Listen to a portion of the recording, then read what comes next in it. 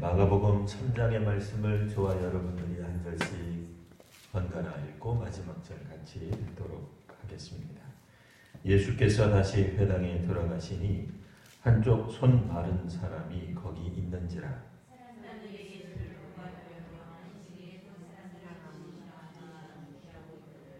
예수께서 손 마른 사람에게 이르시되 한가운데에 일어서라 하시고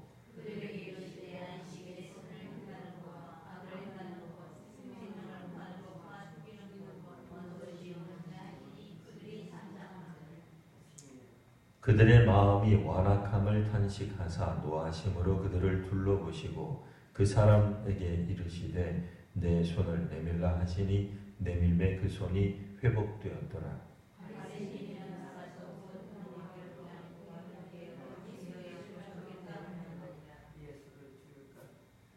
예수께서 제자들과 함께 바다로 물러가시니 갈릴리에서 큰 무리가 따르며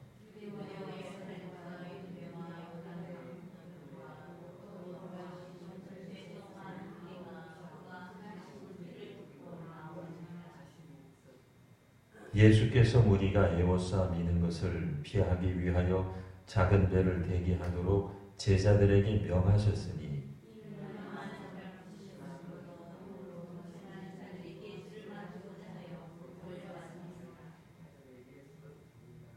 더러운 귀신들도 어느 때든지 예수를 보면 그 앞에 엎드려 부르짖어 이르되 당신은 하나님의 아들이니이다 하니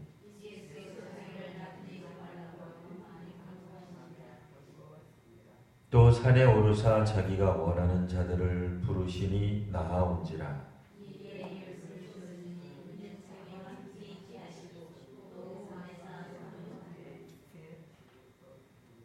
귀신을 내쫓는 권능도 가지게 하려 하심이로라.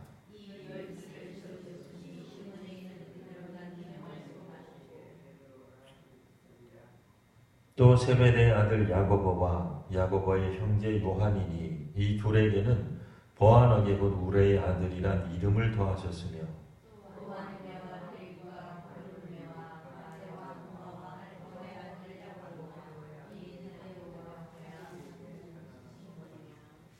또 가룟 유다니 이는 예수를 판 자더라.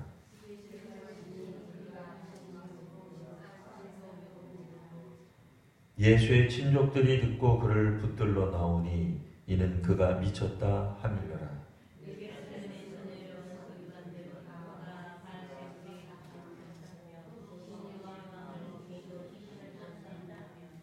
예수께서 그들을 불러다가 비유로 말씀하시되 사탄이 어찌 사탄을 쫓아낼 수 있느냐.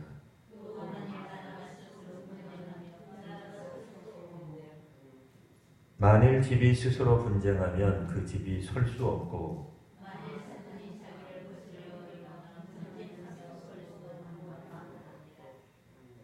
사람이 먼저 강한 자를 결박하지 않고는 그 강한 자의 집에 들어가 세간을 강탈하지 못하리니 결박한 후에야 그 집을 강탈하리라.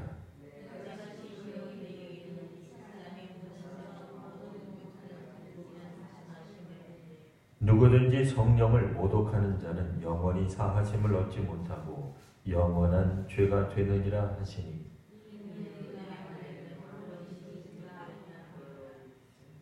그때 예수의 어머니와 동생들이 와서 밖에 서서 사람을 보내어 예수를 부르니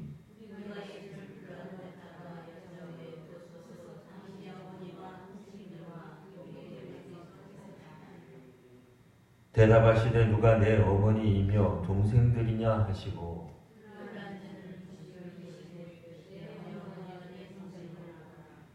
누구든지 하나님의 뜻대로 행하는 자가 내 형제요 자매요 어머니이니라. 아멘. 네, 오늘 3장 말씀에서는 여러 가지 이야기들, 에피소드들이 나오는데요. 특별히 그 지난주에 우리가 읽었던 말씀, 그러니까 예수님이 이제 그 사역을 본격적으로 이제 시작하시게 되자 일어났던 그 반대의 중심에 바리새인의 서기관이 있었다라고 하는 점을 이제 우리가 살펴보았습니다. 그래서 그 예수님을 반대하던 사람들의 출발이 어디에 있느냐? 오히려 종교 지도자들에게 있었다라고 하는 겁니다.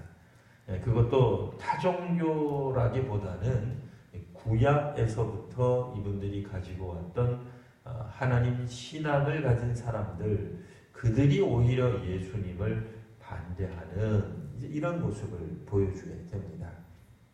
3장 1절에서 6절까지 보시면 안식일에 여전히 예수님은 손 마른 사람을 고치시는데 2절에 보면 사람들은 이때부터 이제는 예수님을 고발하기 위하여 안식일에 예수님의 등장을 주목하여 보고 있는 겁니다. 이제 뭐 혹자들은 그렇지 않죠. 예수님의 말씀을 듣고 정말 놀라운 메시지이다. 다른 지도자들과 다르다.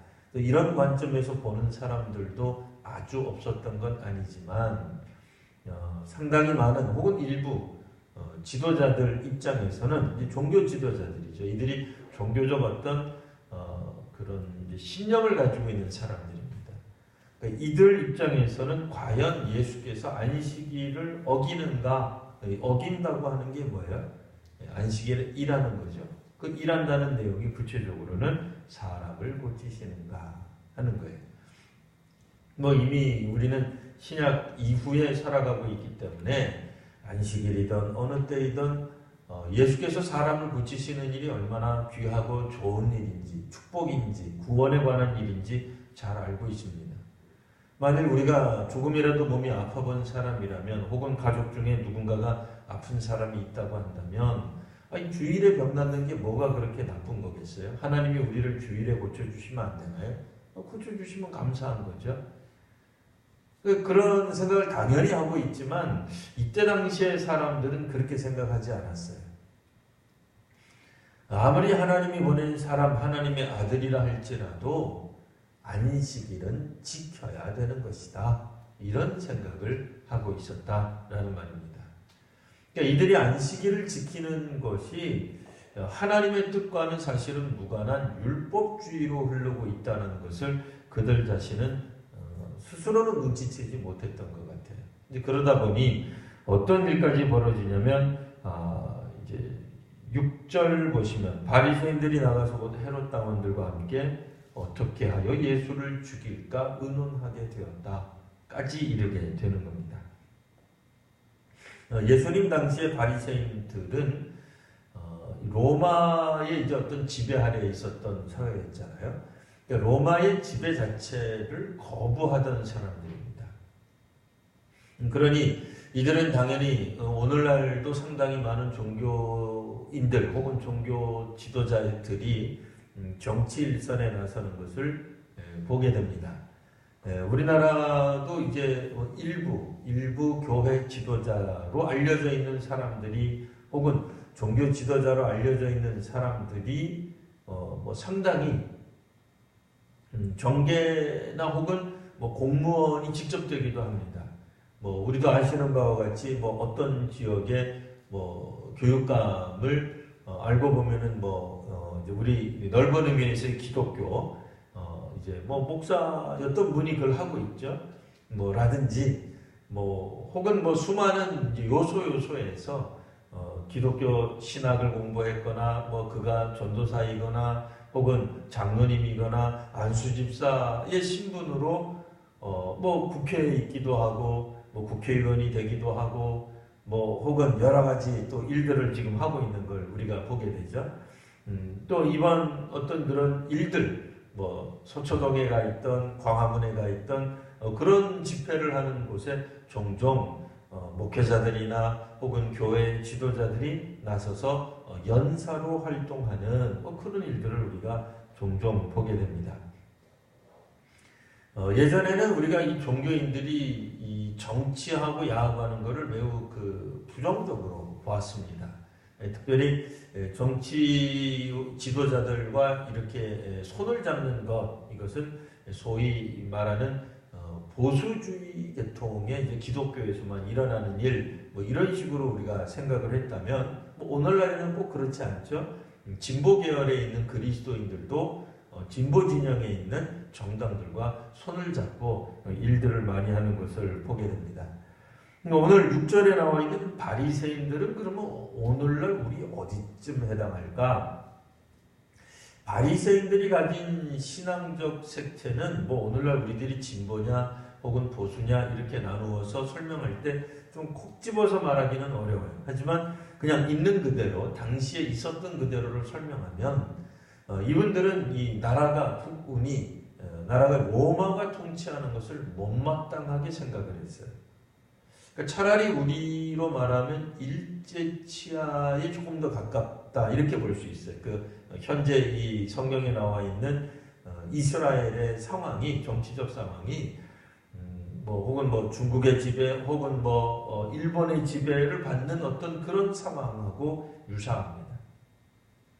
일제강점기 때 과연 교회들이 당시에 정치계에 나갔을까? 안 나갔겠죠. 어지간하면 안 나갑니다.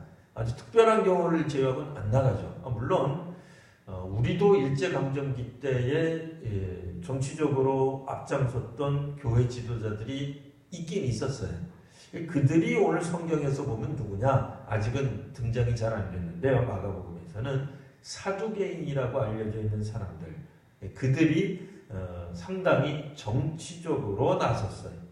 우리로 말하면은 일제치하 때에 앞장서서 어떤 활동을 했던, 정치적 활동을 했던 그런 사람들이라고 볼 수 있습니다. 바리새인들은 어디에 해당하느냐? 일제의 강점기를 이제 부정했던 사람들이죠. 그러니까 바리새인들은 그래서 정계에 진출하지 않았습니다. 잘하지 않았어요. 우리가 알고 있는 이제 사내들인 공회가 있죠. 성경에 읽다가 보면 공회원으로서 이런 얘기가 나오잖아요. 누구누구는 공회원으로서 일종의 우리로 말하면 꼭 같은 건 아닙니다만 국회의원 정도로 생각하시면 돼요. 우리 마을회의에 원로회의에 중요한 결정을 내리는 대의원 같은 사람들, 그런 사람들이에요. 이 사내들인 공회에 바리새인들이 아주 없는 건 아니었으나 소수였어요. 대부분 누가 있겠어요? 종교 지도, 왜냐면 이제 이스라엘은 꼭 정치만 있는 게 아니잖아요. 신앙 공동체이며 또한 그들은 국가하고 또 그들이 가지고 있는 모든 사회, 또 이 신앙의 관점, 종교적 관점에서 운영되었기 때문에 상당히 많은 사람들이 종교 지도자들이 정치 일선에 나섰거든요. 이 사내들인 공회의 대부분 사람들은 사두개파 사람들이 그 일들을 감당한 겁니다. 그러니까 그런 측면에서 보면 바리새인들이 아주 극히 일부가 사내들인 공회원의 의원으로서 활동하기는 했지만 일반적으로는 그런 정치적 활동, 이방인들하고 만나는 걸 싫어하는 거예요. 빌라도랑 만나는 거 좋아하지 않은 거예요. 그러니까 우리도 만일 이제 주민자치위원 되고 그러면은 당연히 우리가 통장님, 반장님, 구청장님 만나야 되죠. 오늘날 우리들이 구청장 만나는 걸 그렇게 사악하게 보지는 않죠. 오늘날 우리들은 그렇게 보진 않아요. 그러나 이 성경 시대에는 조금 상황이 다르지 않았겠습니까? 이 로마가 통치하는 시대 가운데에 과연 이 종교 지도자들이 과연 앞장섰겠는가? 마을 문제에 그렇지 않았다 그 얘기예요. 우리식으로 말하면 통반장이나 주민자치위원이나 혹은 시의원, 구의원 안 했다 그 얘기예요. 이 바리새파 사람들은 그런 측면에서 로마의 통치를 일종의 거부했던 사람들. 그런데 6절에 나와 있는 헤롯 당은 누구냐? 헤롯 당은 문자 그대로 헤롯 당원이에요. 헤롯이 누구예요? 당시 로마가 통치하는 시대에 이 로마가 직접 모든 이 지배했던 나라들을 통치할 때에 물론 그들도 소위 말하는 총독을 보낸 게 있어요. 우리도 알고 있듯이 빌라도가 총독이 되어서 이스라엘 예루살렘 일부 지역을 그가 다스렸단 말이에요. 그러나 그건 로마의 관리예요. 로마의 군사적 어떤 관리예요. 그러나 일반적인 행정의 문제는 유대인이 다스리도록 만든 거예요. 왜냐하면 그렇게 해야 그들의 어떤 문화, 풍습 이런 것들을 로마 사람들이 일일이 배우고서 하려고 그러면 힘들잖아요. 우리가 알고 있는 바에 따르면 중국도 좀 그런 비슷한 성향이 있었죠. 이를테면은 현대 중국 같은 경우에도 우리가 잘 알고 있는 동북 삼성이라고 알려져 있는 곳들이 있어요. 흑룡강성이라든지 길림성이라든지 연용성 이런 데 있잖아요.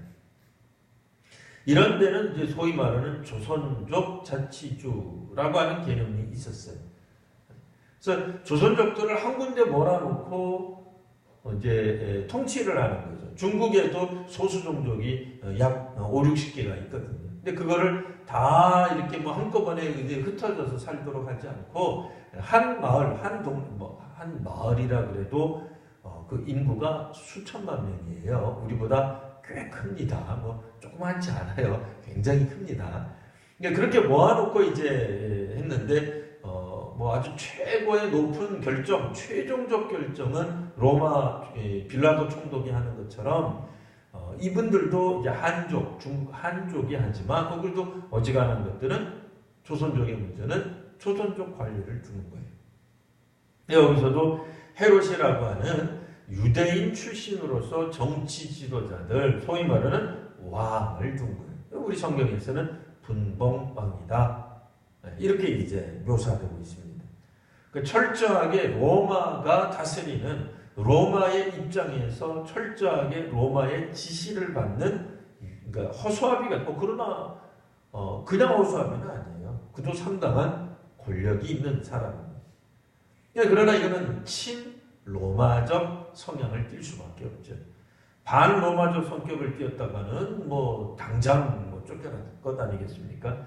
그러니 바리새인들은 헤롯 땅 같은 사람들을 경멸했어요. 싫어했어요. 미워했습니다. 특별히 바리새파 사람들 같은 경우라면 예수님의 제자들 중에 마태 같은 세리 출신, 이거는 사람 취급도 안 하는 거예요. 사람일 수가 없는 거예요. 어떻게 동족을 이렇게 수탈하는 앞잡이를 한단 말입니까?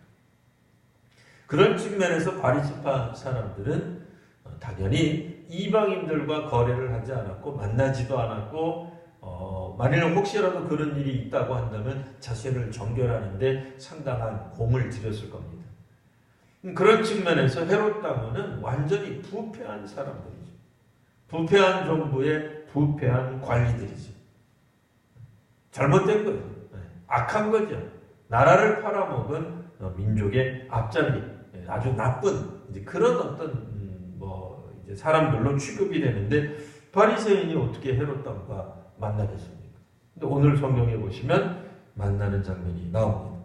종교 지도자와 소위 말하는 정치 세력, 정치 지도자들 간의 만남이 이루어지는 겁니다. 그만큼 이제는 바리새파 사람들이 당시에 가지고 있는 권력, 이제 정치적 어떤 힘을 이용하여서 예수님의 사역을 회방하는 존재로 등장하게 됩니다.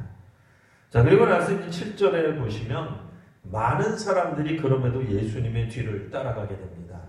수많은 사람들, 백성들, 이런 사람들은 예수님을 따르는 모습을 보여주고 있지만 그러나 이때도 또 더러운 귀신들이 나타납니다. 나타나서는 예수님을 하나님의 아들이라 고백하는 아주 기이한 현상을 보여주고 있죠. 우리가 볼 때는 맞는 말이에요. 아주 틀린 말은 아니죠. 당연히 마가복음의 시작이 뭐라 그랬어요? 하나님의 아들 예수 그리스도의 복음의 이야기잖아요. 근데 왜 오늘 성경에서는 이 귀신들의 고백을 조금은 부정적으로 묘사할까요? 이들이 예수님이 하나님의 아들이라고 묘사하는 것을 왜 막으셨을까요? 이유는 이 귀신들이 긍정적인 의미에서 예수님을 인정하는 그런 표현을 하는 게 아니에요. 사실은 회방하기 위해서 적극적으로 하나님의 아들이라고 이야기를 하고 있는 겁니다. 여하튼 그리고 계속 쭉 보시면 12제자도 세웁니다만 슬쩍 19절에 보시면 유다도 예수님을 판 사람이다 라고 나오게 되는 거죠. 그러니까 예수님을 신앙 고백하는 것 같은 하나님의 아들이라고 말하는 것 같은 이제 귀신들도 예수님의 사역을 회방하는 존재로 나오고요. 12제자 중에서 한 명도 예수님의 사역을 적극적으로 막는 존재로 나타납니다. 심지어는 예수님의 친족들도 예수님의 사역을 보고 21절에 보시면 예수님은 무리가 다시 모여서 식사할 겨를도 없이 사역에 열중하고 있는데 예수의 친족들은 오히려 예수가 미쳤다라고 이야기를 하는, 가장 친한 사람, 예수님을 가장 적극적으로 도와야 될 것 같은 사람, 이런 사람들이 오히려 예수님의 사역을 방해하는 그런 존재로 나타나고 있는 거죠. 그러니까 이 귀신을 빼놓는다면, 귀신은 원래부터 이스라엘에만 있는 게 아니니까요. 귀신을 빼놓고 생각한다면 예수님 사역에 대한 반대는 그 내부에서 일어났다라고 볼 수 있습니다. 예수님을 따르는 사람들도 유대인 내부에서 예수님의 사역을 통해서 예수님이 만난 사람들 가운데서 나타나는 것처럼, 놀랍게도 이 하나님의 역사는 가장 가까이 있는 사람들에 의해 회방을 받게 됩니다. 자, 그리고 나서 22절 보시면 예루살렘에서 내려온 서기관이 나오죠. 이게 이제 소위 말하는 그때 당시의 중심지죠. 종교적 혹은 정치적 중심지라고 말하는, 오늘 우리는 말하는 이제 수도 서울 같은 데입니다. 예루살렘에서 온 서기관, 그러니까 권위가 상당히 있는 거죠. 다른 데서 온 사람도 아니고 예루살렘에서 온 서기관이 말을 하기를 그는 귀신의 왕을 힘입어서 귀신을 쫓아내는 것 뿐이다 라고 이야기함으로써 예수님의 사역을 이렇게 폄하하고 또 훼손하려고 하는 그런 모습을 보여주고 있습니다. 31절도 보시면 예수님의 어머니와 형제와 자매에 관한 얘기가 있습니다만, 물론 예수님의 형제와 자매가 오늘 본문 안에서는 직접적으로 예수님을 공격했다 그런 뜻은 아니에요.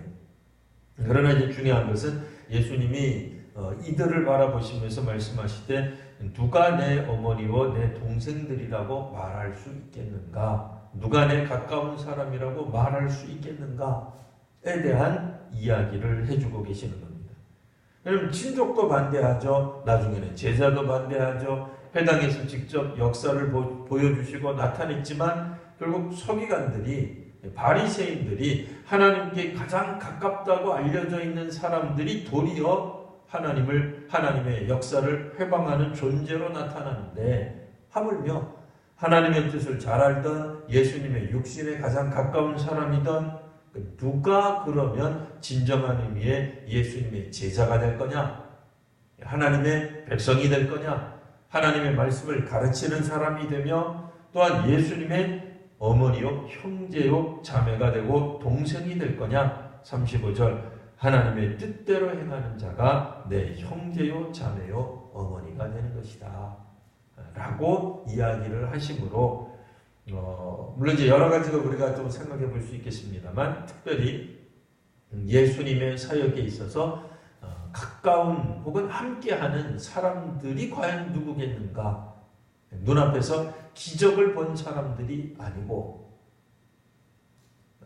쫓겨나가는 귀신의 이야기가 아니고 또 예수님의 제자 중에서도 아닌 사람도 있고, 심지어는 친족이라고 하더라도 예수님의 사역에 올곧게 또 동참하는 사람은 아니다 라고 하는 장면을 말씀해 주고 있는 것입니다.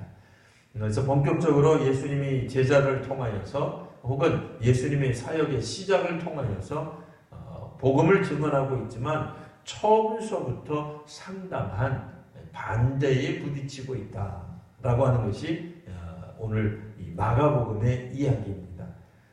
그리고 우리가 이미 다 아시는 바와 같이 바로 이 반대하던 사람들에 의해, 바리새인들 혹은 가룟 유다 혹은 귀신, 이런 존재들에 의해, 혹은 헤롯 당원들이죠. 이런 사람, 이런 어떤 집합이, 어떤 것들이 결국에는 예수님을 십자가에 매달게 하는 곳으로 나아가게 되는 물론 이제 그렇게 이제 요소로서 나타나게 되는 겁니다. 중요한 것은 가까운 그리고 안에 있는 어떤 사람들이 회방하는 것이요, 방해하는 것이요, 반대하는 것입니다. 이런 측면에서 하나님 나라 운동이 어떻게 확산되어 나갈 수 있을 것인가, 이게 참 우리가 사뭇 궁금해지지 않을 수 없습니다. 그럴 때 예수께서 네 가지 땅에 떨어진 비유를 말씀하시는 겁니다. 네 가지 땅에 떨어진 씨의 비유가 궁금하신 분들은 어떻게 하면 되죠? 다음 주 이 시간에. 그래서 나오셔서 예수님의 사역이 이렇게 요소 백성들 사이에서도 그 쫓아낸 귀신에게서도 심지어는 제자들 가운데서도 혹은 예수님의 친족들 가운데서도 이렇게 반대가 일어나는데 과연 이 하나님 나라 운동이 성공할 수 있을 것인가? 이게 희망적이라고 볼 수 있을 것인가? 과연 이것이 어떤 방식으로 전개될 것인가가 마침 마가복음에 보면 궁금하던 차에 4장에 이렇게 나오게 되는 겁니다. 자, 이렇게 마가복음을 또 읽으시면서 또 우리가 마가가 어떤 관점에서 이렇게 예수님의 사역을 또 예수님의 일대기를 끌고 가고 있는지 또 한번 잘 살펴보시는 또 시간들이 되시기를 바랍니다. 기도하겠습니다. 거룩하신 주님, 오늘도 주의 말씀 가운데로 나아가 저희들이 하나님의 말씀을 듣습니다. 아버지 하나님, 참으로 예수님의 사역이 사건마다 요소마다 또 일어나는 어떤 환경과 상황 가운데서 계속되는 그런 반대와 또 갈등과 또 예수님을 죽이려고 하는 어떤 그런 음모들이 계속 일어나고 있습니다.